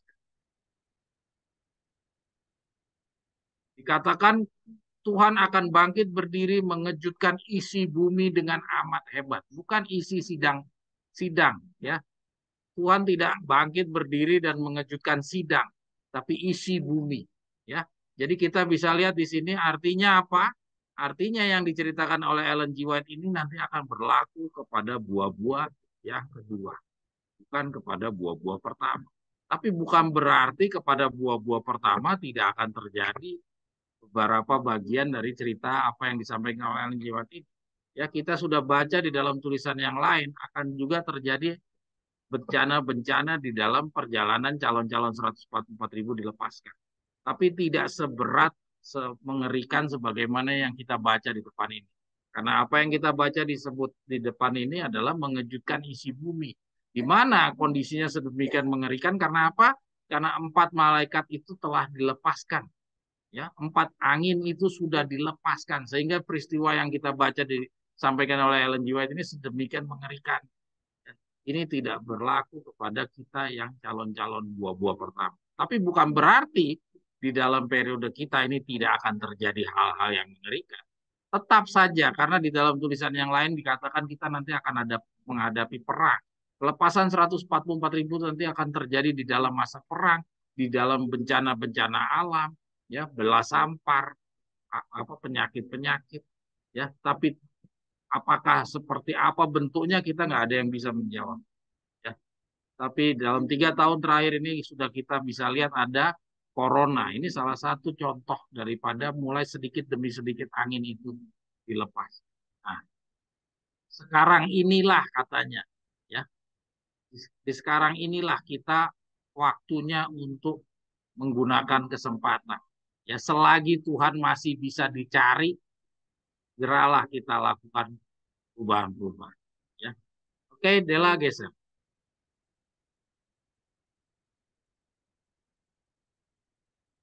Ya, kita lihat tuntutan kebenaran. Ya, kita tuntutlah kebenaran. Nah, ini selagi masih bisa dicari, Tuhan itu kita lakukan apa? Tuntutlah kebenaran, tuntutlah rendah hati. Kita lihat rendah hati itu adalah satu syarat untuk kita bisa nanti akan dipandang layak. Ya, Mudah-mudahan kamu dilindungi pada hari murka Tuhan. Kenapa Nyonya White katakan mudah-mudahan? Karena artinya apa? Artinya masih ada potensi orang itu bisa dilindungi atau tidak dilindungi. Nah, itu sejauh berapa besar kamu memanfaatkan kesempatan selagi Tuhan masih bisa dijumpai. Apabila saudara tidak memanfaatkan waktu yang tersedia, ya saudara tidak akan mungkin dilindungi pada hari murka Tuhan itu. Oke, kira-kira demikian. Terus yang berikutnya ini, orang yang tidak dipanggil Allah untuk bekerja dalam pekerjaannya. Oke, Del. Nah, ini kita lihat roh dan prinsip yang sama yang dibawa orang ke dalam pekerjaan sehari-hari akan dibawa ke dalam seluruh kehidupan. Ya. Nah, jadi di dalam pekerjaan kita sehari-hari, perilaku kita sehari-hari itu akan dibawa ke dalam keseluruhan kehidupan. Jadi kalau kamu di dalam dunia dunia kesehari-harian kamu kurang jujur, ya kamu banyak melakukan mementingkan diri sendiri, ya mengutamakan segala sesuatu itu adalah diri kamu yang lebih dulu, maka di dalam seluruh kehidupan kamu juga akan lakukan yang seperti itu. Termasuk di dalam kehidupan rohani. Kamu akan lebih mengutamakan diri. Mereka yang menginginkan sejumlah uang tertentu untuk bekerja dan suatu gaji tertentu dan yang ingin membuktikan suatu kelayakan yang tepat tanpa kesulitan penyesuaian atau pelatihan bukanlah orang-orang yang dipanggil Allah. Ya, saya ulangi, mereka yang menginginkan sejumlah uang tertentu untuk bekerja dan suatu gaji tertentu dan yang ingin membuktikan suatu kelayakan yang tepat tanpa kesulitan. Jadi tanpa kesulitan penyesuaian atau pelatihan. Jadi nggak mau capek-capek. Bukanlah orang yang dipanggil Allah untuk bekerja dalam pekerjaannya. Jadi artinya orang yang mau Tuhan pakai adalah orang-orang yang mau benar-benar all out seluruh dirinya adalah untuk pekerjaan Tuhan. Tapi kalau sebagian daripada dirinya atau dirinya malah yang harus diutamakan, ya dia tidak mau lelah-lelah. Ini adalah jenis orang yang Tuhan tidak akan pakai. Mereka yang belajar bagaimana memberi sesedikit mungkin. Kita lanjut deh. Jadi orang-orang yang paling sedikit mau menyesuaikan atau pelatihan bukanlah orang-orang yang dipanggil Allah untuk bekerja dalam pekerjaannya. Mereka yang belajar bagaimana memberi sesedikit mungkin. Mereka yang belajar bagaimana memberikan sesedikit mungkin dan kekuatan jasmani, pikiran, dan moral mereka bukanlah pekerja yang diinginkannya itu dicurahkan berkat yang limpah. Ya, jadi kalau kita mau yang setengah-setengah saja bekerja, nggak mau repot-repot, ya itu Tuhan tidak akan menggunakan dia sebagai pekerja-pekerja. Pengaruh mereka menular. Nah, ini yang kita perlu garis bawahi, pengaruh mereka menular. Kepentingan diri adalah motif yang memerintah. Jadi hati-hati. Kalau kita punya kepentingan diri yang menjadi motif kita memerintah, walaupun kita itu rajin posting-posting atau bagi-bagi tulisan, bagi-bagi buku, atau datang ke Ambon, datang ke Papua, tapi kalau motif kita adalah untuk memunculkan diri kita, ya kita tidak mau sepenuhnya bekerja jasmani, pikiran, moral, ya. Terus kita tidak mau menyesuaikan atau menggunakan pelatihan-pelatihan untuk sepenuhnya bagi Tuhan, hanya mau yang sekedar-sekedar, ya, tapi kepentingan kita adalah motif yang memerintah kepada diri kita, ya, itu adalah orang-orang yang Tuhan tidak gunakan. Hati-hati ya. Siapa orang-orang yang seperti ini? Dia juga mempunyai pengaruh, mereka akan menular. Jadi pengaruh orang-orang yang begini bisa menular kepada orang lain. Kita baca terus. Mereka yang perlu diawasi dan yang bekerja hanya seperti setiap kewajiban yang dikhususkan kepada mereka bukanlah orang yang akan dinyatakan baik dan setia. Mereka yang perlu diawasi. Jadi mereka ini gerak-geriknya selalu diawasi dan bekerja hanya seperti setiap kewajiban yang dikhususkan kepada mereka. Jadi mereka tidak mau lebih daripada yang diwajibkan. Ya, bukanlah orang yang akan dinyatakan baik dan setia. Pekerja yang diperlukan adalah yang menyatakan tenaga, kejujuran, kerajinan. Mereka yang rela melakukan apa saja yang perlu dikerjakan. Jadi kalau dia milih-milih pekerjaan hanya mau yang dikasih kewajibannya saja, tidak mau lebih, itu adalah orang-orang yang mempunyai kepentingan diri, adalah motif yang memerintah dirinya. Orang-orang yang seperti ini Ya, dia katakan ini mempunyai pengaruh menular kepada orang lain. Ya, jadi artinya yang kayak kondisi begini ini bisa menularkan kepada orang lain. Ya, jangan kita terkesan kepada orang-orang yang seperti ini. Ya, oke. Ini banyak ini di hadapan kita akan berseliweran orang-orang yang seperti ini. Ya, tampilannya luar biasa. Nanti kita akan baca di bagian bawah. Dela geser deh.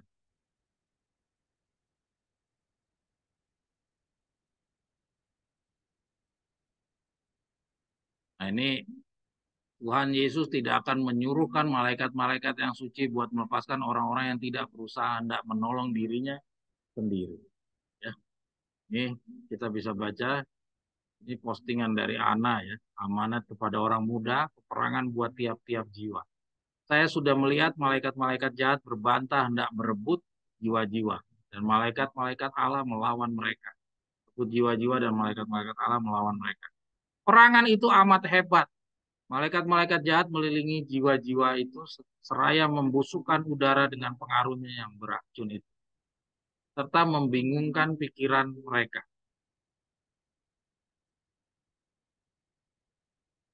Yalah, geser dulu.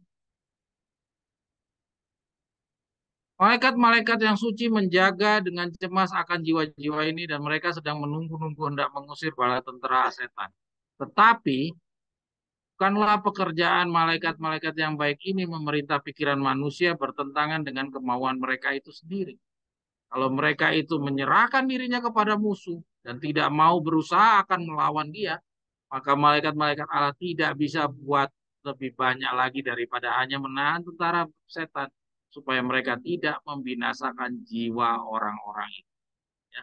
Jadi awalnya kalau orang itu dia jatuh membiarkan dirinya ya kalah di dalam serangannya malaikat-malaikatnya setan, ya. Awalnya malaikat itu hanya menjaga dia supaya tidak dibinasakan. Tapi kalau memang nanti juga dia tidak terus dia tidak pernah mau bangun, maka Tuhan benar-benar sudah melepas tangan kepada dia. Jadi kalau dia nanti sampai binasa, ya artinya sudah di luar wewenang malaikat-malaikat Allah. Jadi di sini kita bisa lihat malaikat Allah itu dia berperang dengan malaikat-malaikatnya setan. Tetapi kalau orang yang ditolong itu dia dengan kemauannya sendiri tidak mau berjuang, ya, dia menyerahkan dirinya kepada kekuasaan setan, maka malaikat Allah hanya punya tugas menahan supaya tentara setan itu tidak membinasakan jiwa itu. Itu apabila dia masih punya jalan. Tapi kalau kesempatan sudah tidak ada lagi kepada dia, malaikat Allah pun juga sudah melepaskan dia sehingga kalaupun dia sampai binasa, itu artinya bukan salah hanya malaikat lagi. Kira-kira kita bisa lihat di sini kalau kita artinya dalam hal ini setiap orang itu bisa saja jatuh bangun jatuh bangun. Ya.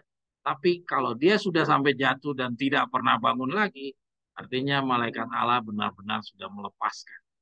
Jadi benar-benar kita hanya nasib saja yang menentukan.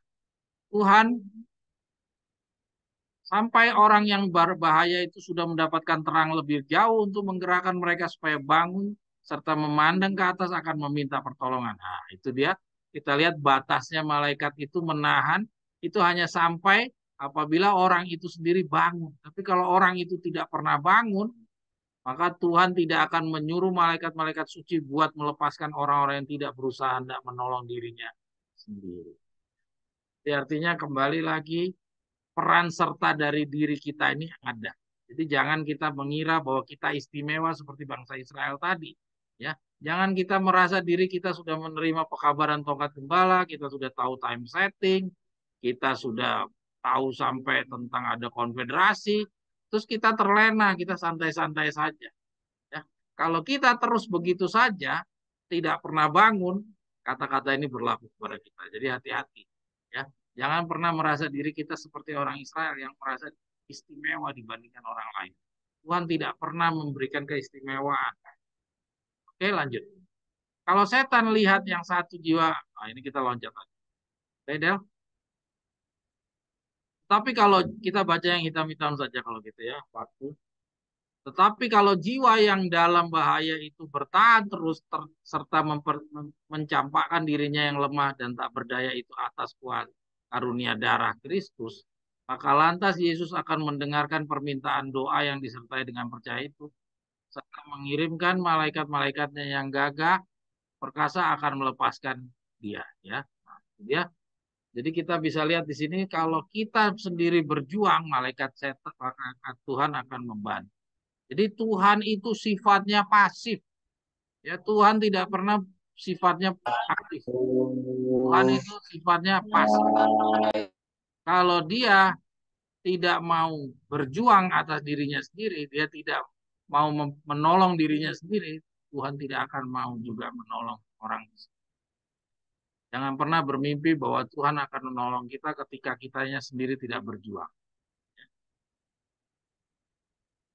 Oke, kita terus ya. Kita baca yang dihitam-hitamkan saja. Ya, ini ada postingan lagi dari teman-teman. Banyak orang begitu hanyut dalam urusan-urusan duniawi dan kesulitan hidup sehingga hanya mempunyai sedikit waktu untuk berdoa. Ya, coba kita lihat. Tadi di dalam renungan pendahuluan sudah kita baca sama-sama. Tuhan tidak berkenan kepada dosa sekecil apapun. Ya, nah, kalau kita terlalu hanyut di dalam urusan-urusan duniawi, ya, maka kita tidak mempunyai waktu untuk berdoa. Kira-kira Tuhan berkenan nggak? Kalau hal yang sekecil-sekecilnya saja Tuhan tidak berkenan, apalagi kalau kita mempunyai perhatian kepada yang lain daripada kepada Tuhan. Kita baca di sini. Kita dapat menang ya sepenuhnya. Yesus telah mati untuk menyediakan suatu jalan kelepasan bagi kita, agar kita dapat mengalahkan setiap kesalahan dan melawan setiap cobaan, dan pada akhirnya duduk bersama Dia di atas tahtanya. Kuasa Allah tidak pernah berkurang. Sekarang diberikannya dengan bebas sebagaimana pada zaman dahulu. Ya, jadi kuasa Tuhan itu tidak pernah kurang, sama seperti dulu. Jadi kalau dulu Tuhan itu tegas, Tuhan tidak ada maaf, maka sekarang pun juga tidak ada maaf. Jangan kita kira sekarang ini Tuhan akan melimpahkan suatu maaf yang lebih besar dibandingkan orang-orang di masa lalu. Tapi jemaat itu telah kehilangan imannya untuk menuntut, kehilangan tenaga untuk bergumul. Bagaimana Yakub berseru dengan suara nyaring, aku tidak akan membiarkan engkau pergi jika engkau tidak memberkati aku. Mereka harus menuntut berkat itu. Iman dan iman yang hidup selalu menuntut ke atas kepada Allah dan kepada kemuliaan. Sementara tidak percaya menuntut ke bawah kepada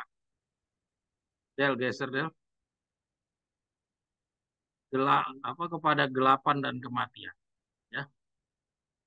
Terus banyak orang begitu hanyut dalam urusan-urusan duniawi dan kesulitan hidup sehingga hanya membuat sedikit waktu untuk berdoa dan merasa tidak begitu tertarik untuk berdoa. Mereka boleh jadi melakukan sesuatu bentuk peribadatan, tetapi roh penurutan yang sebenarnya kurang. Ya, coba kita baca pelan-pelan. Orang yang begitu hanyut dalam urusan-urusan duniawi dan kesulitan hidup, sehingga hanya mempunyai sedikit waktu untuk berdoa dan belajar, dan merasa tidak begitu tertarik untuk belajar berdoa, mereka boleh saja melakukan sesuatu bentuk perbaktian. Jadi bisa aja dia berbakti, bisa saja dia ikut hadir dalam pembelajaran-pembelajaran. Ya, bisa saja dia menggunakan sebagian dari waktunya untuk belajar. Tapi roh penurutan yang seperti ini dibilang masih kurang. Saudara lihat, masing-masing kita seperti tadi Saudara Victor katakan, sampai sejauh ini kita masih terbagi. Kita masih mencari nafkah, kita masih khawatir dengan kesusahan-kesusahan hidup ini. Ya, nah, kalau kita masih seperti ini rumusnya Alkitab udah ngomong nih. Kondisi kita seperti itu, kita dibilang masih kurang. Nah, maka itu bacaan-bacaan ini membangunkan kita kalau kita mau juga didapatkan selamat layak, kita harus lakukan perubahan. Lalu bagaimana caranya? Ya, bagaimana? Sebagaimana yang pernah kita pelajari, kita harus secara perlahan-lahan menyusutkan perhatian kepada kepentingan-kepentingan sehari-hari kita. Bentuknya seperti apa? Ya kita lihat nanti seperti apa bentuknya. Ya, kita akan meninggalkan segala hal yang berkaitan dengan duniawi. Ya. Ini yang susah. Kita perlu perjuangan. Maka itu memang katakan harus berjuang. Ya, di dalam tulisan yang lain diceritakan tentang kapan kita harus menjual, kapan kita harus melepaskan. Nah, itu di dalam pelajaran-pelajaran yang lain. Jikalau ia anak Allah yang dikasihi, telah sedemikian bersungguh-sungguh, begitu menderita oleh sebab kita, betapa kita yang bergantung kepada sorga untuk kekuatan kita perlu agar seluruh jiwa kita digerakkan untuk bergumul dengan Allah. Kita tidak boleh berpuas diri sampai semua dosa yang diketahui sudah diakui. Kemudian adalah kesempatan dan tugas kita untuk percaya bahwa Allah menerima kita. Kita tidak boleh menunggu orang lain melawan kegelapan dan mendapatkan kemenangan untuk kita nikmati. Ya, kita tidak bisa membiarkan orang bekerja bagi kita. Kenikmatan yang seperti itu tidak selamanya. Allah harus dilayani dari prinsip gantinya perasaan. Pada setiap pagi dan setiap sore kita harus mendapatkan kemenangan untuk diri kita sendiri. Ya, jadi kita harus berjuang untuk mengalahkan diri kita. Ya, musuh kita adalah diri kita. Pagi dan sore. Hal ini tidak boleh digagalkan oleh pekerjaan kita sehari-hari. Jadi artinya apa? Benar-benar Tuhan menuntut sepenuhnya perhatian kepadanya. Kita harus mengambil waktu untuk berdoa dan sementara kita berdoa percayalah bahwa Allah mendengar kita. Mungkin kita tidak akan merasakan jawabannya segera. Tapi dalam hal inilah iman kita diuji. Kita dicoba untuk membuktikan apakah kita berharap kepada Allah, apakah kita mempunyai iman yang hidup dan kekal. Ya, ini memang hal yang paling sulit. Itulah memang perjuangan melawan diri sendiri adalah perjuangan yang paling terberat. Ya, Tuhan menuntut kita sepenuhnya. Ini yang sampai hari ini jujur saya masih susah mewujudkannya. Karena kita masih mencari makan. Makan itu 3 kali sehari, bukan makan sebulan sekali. Sukses dalam bisnis duniawi bisa diperoleh bila seseorang mendisiplinkan dalam ketertiban dan keteraturan. Apabila dalam pekerjaan Tuhan. Adalah apalagi dalam pekerjaan. Suatu dorongan tiba-tiba sekarang dan seterusnya tidak cukup untuk menyelesaikan suatu reformasi pada orang yang senang dan serba gampang serta bermuram durjana ini. Ya. Ini adalah suatu tugas yang menuntut kesabaran yang terus-menerus dalam kebajikan. Jadi untuk bisa selamat itu bukan sesuatu yang gampang. Ya, katanya reformasi pada orang yang senang serba gampang serta muram durjana itu tidak akan bisa didapat. Ya, adalah tugas yang menuntut kesabaran dan terus-menerus dalam kebajikan. Kaum usahawan dapat benar-benar sukses hanya dengan menetapkan jam untuk bangun, untuk berdoa, untuk makan, dan untuk istirahat yang tetap. Jika ketertiban dan keteraturan penting dalam bisnis duniawi, apalagi dalam pekerjaan Tuhan. Ya, jadi coba bisa lihat di sini. Artinya bagaimana kita bisa selamat itu juga ditentukan dari bagaimana kita punya penggunaan jam kita sejak bangun, bagaimana kita menggunakan waktu kita untuk berdoa, bagaimana kita mengatur untuk makan, bagaimana kita mengatur untuk istirahat. Jadi sedemikian disiplinnya kita terhadap waktu-waktu kita, ya bukan hanya untuk bangun, bukan untuk berdoa, bukan makan, untuk istirahat. Tapi seperti itulah ya sebagaimana orang-orang yang sukses di dalam dunia usaha, ya bagaimana bisa sukses dia memanfaatkan kesempatan waktu, dia disiplin, tegas dengan waktunya, maka kita pun juga harus tegas dalam waktu kita untuk dalam pekerjaan. Dan kalau kita cuma leha-leha, tidak mau susah, tidak mau berusaha keras, ya cuman sekedar-sekedar bekerja, ya maka kalau di dalam dunia usaha juga orang yang sekedar-sekedar tidak pernah sukses, ya maka demikian juga di dalam pekerjaan Tuhan orang yang sekedar-sekedar pun tidak akan sukses. Ya, jadi artinya kita dituntut untuk seperti itu yang juga harus membutuhkan perjuangan. Maka ini dalam 3 tahun ini kita masing-masing harus menetapkan di dalam diri kita sendiri seperti apa kita harus menjadi seperti Yohanes Pembaptis, yaitu menjauhkan diri dari lingkungan, ya, memisahkan dari pergaulan, ya, dan meninggalkan bagaimana cara berpakaian, bagaimana cara makan, cara berbicara, Dan untuk bertemu dengan orang banyak hanya ketika dia mau membagikan kebenaran. Ya, itu adalah yang dilakukan oleh Yohanes Pembaptis untuk mempersiapkan diri mendapatkan penugasan membawakan pekabaran baptisan pada saat Yesus datang. Yesus kelahirannya Yesus yang pertama. Apa kehadirannya Yesus yang pertama di dalam bangsa Yahudi. Kita harus kapan kita mau menetapkan seperti Yohanes Pembaptis, kita berdoalah banyak-banyak, kita cari waktu yang terbaik kapan kita harus seperti Yohanes Pembaptis. Nah, kita adalah contoh dari Yohanes Pembaptis karena Yohanes Pembaptis adalah Elia. Ya. Iman kita haruslah dialaskan atas bukti, bukanlah di atas pertunjukan. Nah, lihat ya. Kita lihat Allah tidak pernah meminta kita mempercayai tanpa memberikan bukti yang cukup atas mana iman kita didasar. Ya. Jadi kita sudah baca ada orang yang kita lihat dari motifnya. Kalau dia tidak bekerja, kan katanya tadi kalau hanya orang yang sesedikit mungkin dia menggunakan tenaganya, jasmaninya, ya, ini adalah orang yang Tuhan tidak pergunakan. Nah, kalau kita berhadapan dengan orang-orang yang seperti ini, maka kita bisa kenali dari mana? Kita harus lihat dari bukti-buktinya, dari buah-buahnya katanya Yohanes Pembaptis. Apa Yohanes Pembaptis ya? Yohanes Pembaptis bilang lihat dari buah-buah. Kita bisa mengenali motifnya orang itu dari buah-buah. Kalau dia motifnya adalah hanya untuk menonjol-nonjolkan dirinya sendiri, ya kita bisa lihat dari bukti-buktinya. Apakah akan sesuai dengan akan Taurat dan kesaksian? Kalau dia tidak sesuai akan Taurat dan kesaksian, walaupun dia udah berjuang segala macam, dia mengeluarkan seluruh hartanya atau apapun juga, jangan pernah kita terkesan dengan hal-hal yang non akan Taurat dan kesaksian.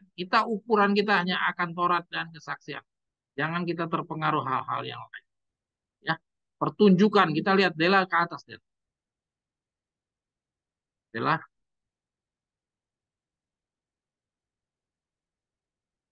ke atas Dela. Judulnya Dela. Ya, berhenti. Allah tidak pernah meminta kita mempercayai tanpa memberikan bukti yang cukup atas mana iman kita didasarkan. Adanya Allah, tabiatnya, kebenaran firman-Nya, semuanya telah diteguhkan melalui kesaksian yang menarik pikiran kita. Dan kesaksian semacam ini berlimpah-limpah adanya. Namun demikian Tuhan Allah tidak pernah menjauhkan kemungkinan bimbang. Ya, nah jadi Tuhan telah memberikan bukti-bukti ya sedemikian rupa kesaksian semacam ini berlimpah-limpah. Ya, tapi Tuhan juga tidak pernah menjauhkan kemungkinan bimbang. Kita terus. Iman kita haruslah geser deh. Iman kita haruslah dialaskan atas bukti, bukanlah di atas pertunjukan ya. Nah, jadi artinya apa? Artinya di sini ada pesaing daripada kebenaran Tuhan. Kebenaran Tuhan itu dialaskan kepada bukti, tapi saingannya adalah di atas pertunjukan atau dengan kata lain apa? Hanya melalui tampilan-tampilan, kemasan-kemasan. Ya, kita sudah belajar beberapa waktu yang lalu tentang bagaimana orang-orang grup sebelah yang menggunakan gambar-gambar, pertunjukan-pertunjukan, ya, atau yang ada orang yang datang dengan menggunakan penampilan-penampilan lah, kemasan-kemasan lah, ya, itu bukan Tuhan yang bekerja, ya. Jadi itu adalah pesaing daripada pekerjaan Tuhan. Kalau pekerjaan Tuhan selalu ada bukti, ya, dan buktinya kita tahu di saat di mana Tuhan sekarang berbicara melalui anaknya, yaitu melalui firman-Nya yang tertulis, maka bukti itu harus tertulis. Orang yang ingin bimbang mempunyai kesempatan untuk itu, sedangkan orang-orang yang sungguh-sungguh ingin mengetahui kebenaran akan memperoleh banyak bukti atas mana mereka taruh iman mereka. Jadi kita bisa juga melihat jenis orang yang dihadapi. Kalau dia jenis orang yang bimbang, mempunyai kesempatan untuk itu. Tapi kalau orang yang mencari kebenaran, Tuhan akan memberikan bukti-bukti yang sebanyak-banyaknya. Banyak bukti atas mana mereka akan taruh iman mereka. Jadi kita bisa lihat kita datang dari orang yang bagaimana. Orang yang dihadapi oleh orang-orang yang menjunjung tinggi pertunjukan ini, dia akan menemukan orang-orang yang seperti itu. Kalau orang yang mencari kebenaran, ya, dia tidak akan tidak akan mau bergantung atau mengikuti orang-orang yang menjunjung tinggi pertunjukan, hanya penampilan. Dia akan mengejar pada bukti-bukti. Ya, artinya apa di sini? Artinya buktinya disediakan, jadi tidak ada sesuatu penyimpulan-penyimpulan yang tidak ada dasar buktinya. Ya, ya, artinya di zaman akhir ini akan banyak-banyak bukti ditunjukkan oleh Tuhan. Oke, kita lanjut. Nah, ini kutipan-kutipan yang berikutnya ini berkaitan dengan persatuan dan keselarasan tanpa mengorbankan prinsip. Kita lihat di sini, Kristus tidak pernah membeli kedamaian dan persahabatan melalui berkompromi dengan kejahatan. Ya, jadi kita lihat di sini. Jadi kalau ada saudara-saudara kita sekarang ini, contohnya yang sekarang lagi diposting hari ini sama saudara Pak Pahan. Kalau saudara yang pernah ikuti Pak Pahan, saudara Pak Pahan ini adalah orang yang anti time setting. Tapi pada saat belakangan ini ada kelompok yang namanya kelompok Daniel Gio, yaitu grup Vanguard. Ya, grup Vanguard ini dia mengklaim sebagai grup Davidian, ya, non organisasi, ya, tapi dia berjuang untuk mempersatukan semua orang-orang yang mempunyai menerima pekabaran tongkat gembala. Dan Pak Pahan walaupun dia anti time setting, dia pada hari ini dia memposting sebuah kutipan tulisan Nyonya White yang pada suatu saat nanti kita akan dipersatukan. Setiap orang yang mempunyai kebenaran akan dipersatukan. Ya. Saya melihat dari kata-kata ini menunjukkan bahwa perlahan-lahan, ya, perlahan-lahan nanti sekam-sekam ini nanti akan bersatu menjadi satu kelompok, dan nanti satu saat lagi nanti dia pada saat mau konfederasi itu dia nanti akan juga kembali ikut bersatu kembali dengan lalang-lalang, dan pada akhirnya melalui konfederasi dia nanti akan menganiaya calon-calon. Perlahan-lahan arah-arahnya sudah mengarah. Ya. Kita lihat di sini bagaimana, apakah Tuhan menghargai sebuah perbedaan-perbedaan yang penting bersatu? Kita baca di sini. Kristus tidak pernah membeli kedamaian dan persahabatan melalui kompromi dalam kejahatan. Ya, kita baca di bawah. Meskipun hatinya dipenuhi dengan kasih kepada umat manusia, ia tidak bisa sabar dengan dosa-dosa mereka. Jadi Tuhan itu pemaaf. Ya, biarpun Tuhan pemaaf, tapi Tuhan tidak pernah sabar terhadap dosa-dosa mereka. Karena ia mengasihi manusia, ia adalah seorang yang keras dalam menegur sifat buruk mereka. Saya garis bawahi, saya tegaskan kata-kata keras. Ya, jadi artinya apa? Tidak ada yang namanya lunak-lunak. Kita lihat keras. Jadi kalau kita dibilang keras sama mereka, memang bunyinya tulisannya adalah demikian. Umat Allah dicobai harus mempertahankan kewaspadaan dengan doa yang sungguh-sungguh. Kalau tidak dalam kesungguh-sungguhan, mereka menghindari perselisihan, mereka menyerah kebenaran, dan dengan tidak menghormati Allah dari kebenaran itu, penyerahan terkecil sekalipun terhadap prinsip menjerat kita dalam perangkap musuh. Ya, jadi sekecil apapun kita menyerah, ya, sama seperti tadi dosa sekecil apapun, ya, kita akan jatuh di dalam perangkapnya. Tidak ada satu titik di mana tidak mungkin mempertahankan persatuan dan keselarasan tanpa mengorbankan prinsip. Jadi kalau ada suatu persatuan, ya, keselarasan, pasti ada pengorbanan terhadap prinsip. Dan ini tidak boleh. Maka perpisahan menjadi tugas mutlak. Jadi katanya perpisahan menjadi tugas mutlak. Ya.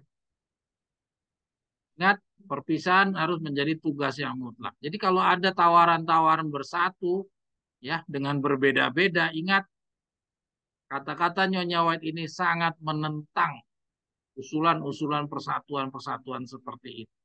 Kalaupun juga itu datang kepada kita, kita harus paham kalau dia berbeda dengan apa yang disampaikan oleh Ellen G. White, jelas itu bukan dari Roh Allah. Hukum bangsa-bangsa harus dihormati apabila tidak bertentangan dengan hukum Allah. Ya, jadi hukum-hukum Allah itu tidak, kalau kita berbenturan antara hukum manusia dan hukum Allah, maka hukum Allah yang kita utamakan. Tapi bila ada bentrok di antaranya, setiap pengikut Kristus sejati akan berkata sebagaimana Rasul Petrus lakukan ketika diperintah untuk tidak lagi berkata dalam nama Yesus. Kami harus mentaati Allah, bukan manusia ya. Jadi kira-kira seperti itu. Jadi kita harus menjunjung tinggi hukum Allah, jangan hukum manusia. Ya, jangan hukum manusia yang kita pakai. Ya, walaupun misalkan nanti pemerintah menyuruh harus begini, harus ikut konfederasi lah, misalkan dipaksa, maka kita harus mentaati hukum Allah. Oke, kita terus. Allah tidak senang pada kita bila mana kita pergi mendengarkan yang salah. Ya, oke, ini sama. Kita mungkin lewati saja.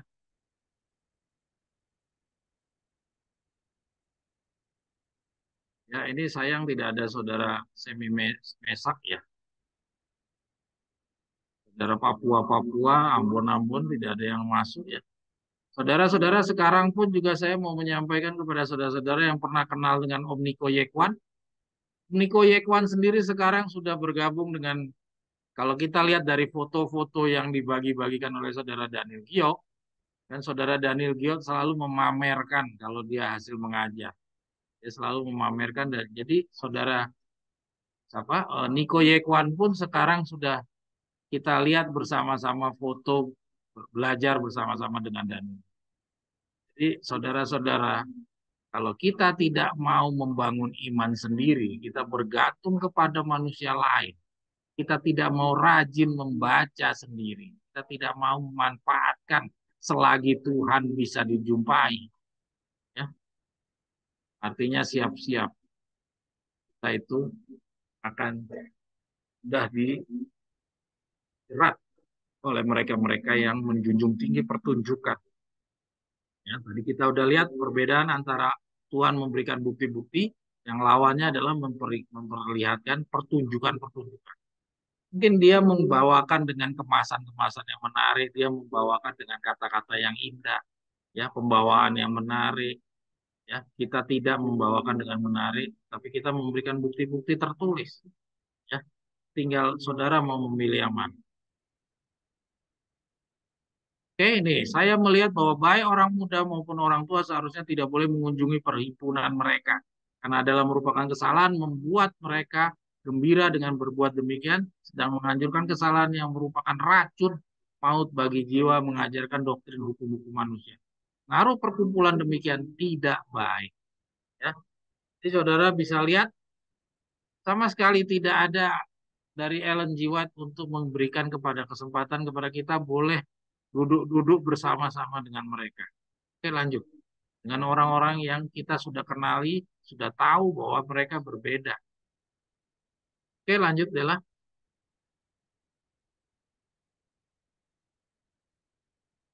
Nah, itu lihat. Allah tidak senang pada kita bila mana kita pergi mendengarkan yang salah, tanpa disuruh pergi. Kecuali ia menyuruh kita kepada perkumpulan-perkumpulan itu. Maka ia tidak akan menjaga kita. Malaikat-malaikatnya berhenti mengawal kita. Terang yang ada di sekeliling kita menjadi cemar dengan kegelapan. Saya melihat bahwa kita tidak mempunyai waktu dihabiskan percuma untuk mendengar cerita-cerita dongeng. Pikiran kita tidak boleh dibelokkan sedemikian rupa, tapi harus diisi dengan kebenaran sekarang. Dan mencari kebijaksanaan supaya kita dapat mencapai suatu pengetahuan yang tepat terhadap kedudukan.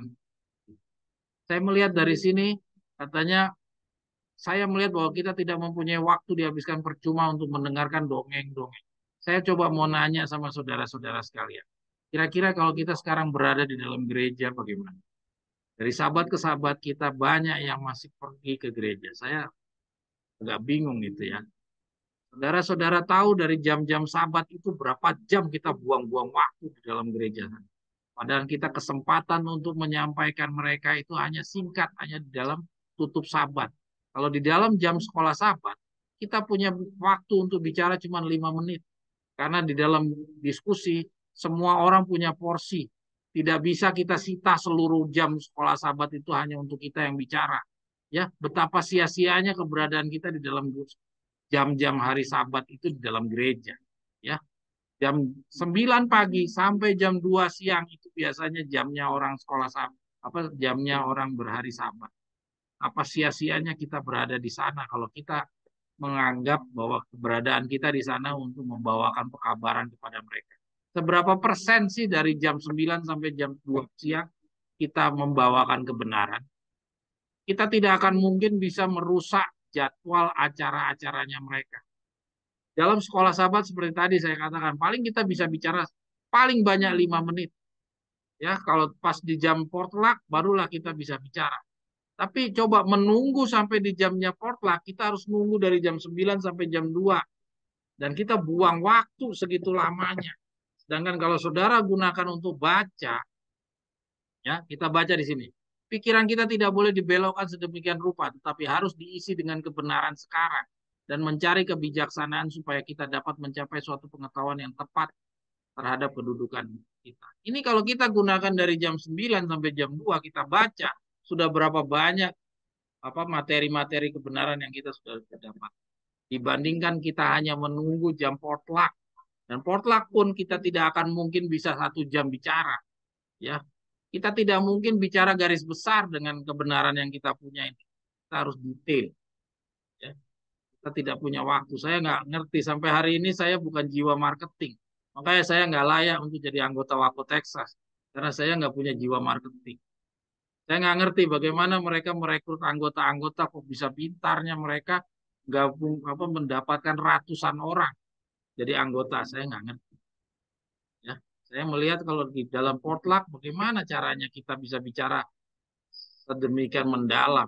Paling kita juga punya waktu cuma 5 menit, 10 menit, 15 menit di dalam potluck itu. Karena kita tidak mungkin memaksakan orang yang tidak senang kebenaran, kita ajak bicara kebenaran. Oke, kita lanjut. Dela. Nah, ini akan tetapi tidak ada persekutuan antara putra terang dengan putra kegelapan. Ya. Oke, kita lanjut Del. Waktunya. Ya, saudara-saudara nanti bisa dibaca. Ini adalah postingan-postingan saudara. Sebenarnya saudara bisa buka, scroll, ya, di dalam uh, pembuatan berbicara. Oke, Del, kita lanjut. Del.